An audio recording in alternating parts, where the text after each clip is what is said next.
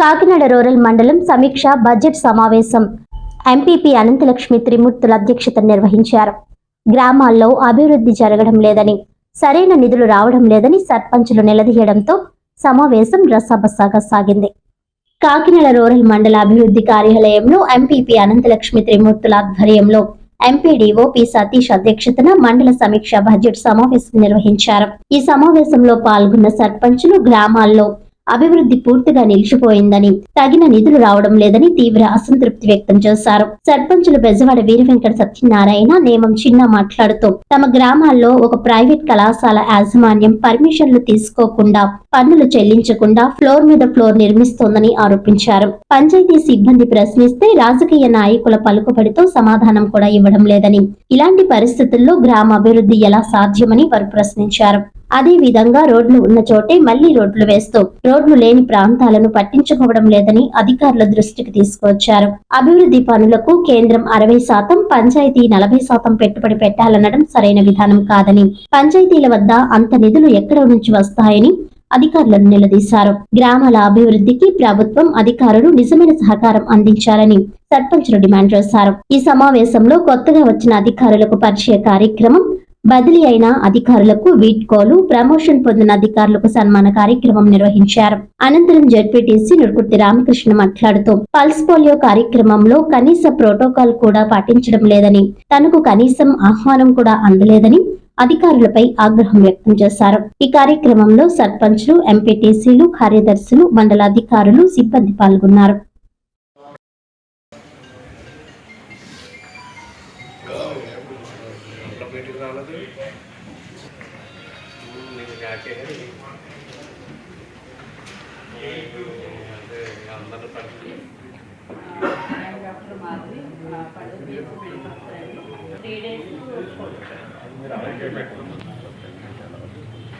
Last 3 days లో మనకి national programme జరిగిందండి, pulse polio programme.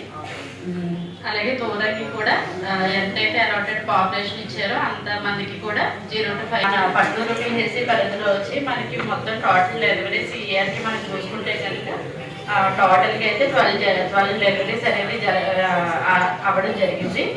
And complete ఏఎన్సీస్ కూడా 4 ఏఎన్సీ చెకప్స్ ఇవ్వడం జరుగుతుంది.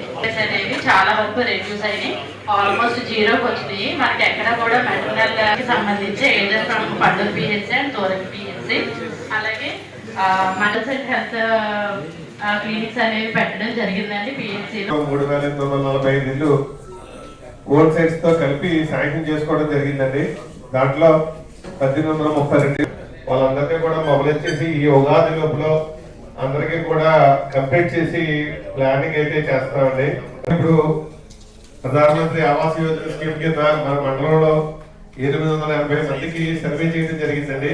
ఈ 883 కేసులు చిన్న చిన్న కారణాల వల్ల రిజెక్ట్ అయ్యడం జరిగింది. మళ్ళీ వాటిని కూడా నిన్న సారు ఎంపీడీ లాగిన్లో ఓకే చేయడం జరిగిందండి. 2022లో శాంక్షన్ అయింది. ఇది తర్వాత 2023లో శాంక్షన్ అయింది గత వైఎస్ఆర్ ప్రభుత్వంలో. అప్పుడు 3 ట్యాంకులు శాంక్షన్ అయ్యి మాకు 4 existing Jagananna colony, Repayi gardens, Maruti Nagar. Jagananna colony, Repayi gardens tank complete అయింది, పైప్ లైన్ ఇంకా పూర్తి అవ్వలేదు, వాటర్ సప్లై ఇవ్వలేదు.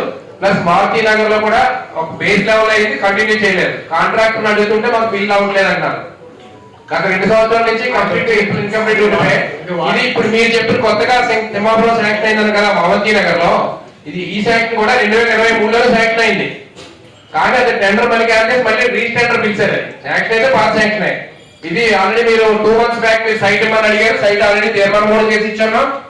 త్వరితగతిన దాన్ని కూడా మొదలు పెడితే అక్కడ ఉన్నటువంటి అవధి నగర్ కాలనీవాసులకి అవసరం తీరుతుంది. కాబట్టి ఇంకొకటి మన పండూరు వాటర్ స్కీమ్ ఫుల్ ఫ్లెడ్జ్గా అయ్యింది సార్. ఇప్పటికి వాటర్ 180 నుంచి చేస్తున్నాం కానీ ఇంకా వాటర్ అప్పుడప్పుడు కంప్లీట్ వస్తుంది. ఫుల్ ఫ్లెడ్జ్గా వాటర్ కంప్లీట్ అయిపోతుంది సార్. చేస్తానున్నారు. దయచేసి అక్కడక్కడ రెగ్యులర్ గా అప్పుడప్పుడు కంప్లైంట్ సార్. అక్కడ మేము చెప్పాం సార్, కానీ కొంచెం మాకు ల్యాబ్సెస్ ఎక్కడ వచ్చిందంటే ఏఎన్ఎంస్ దగ్గర వచ్చింది సార్. కొంచెం అది మేము రెక్టిఫై చేస్తాం సార్. నెక్స్ట్ టైం అలా జరగకుండా ఉండడానికి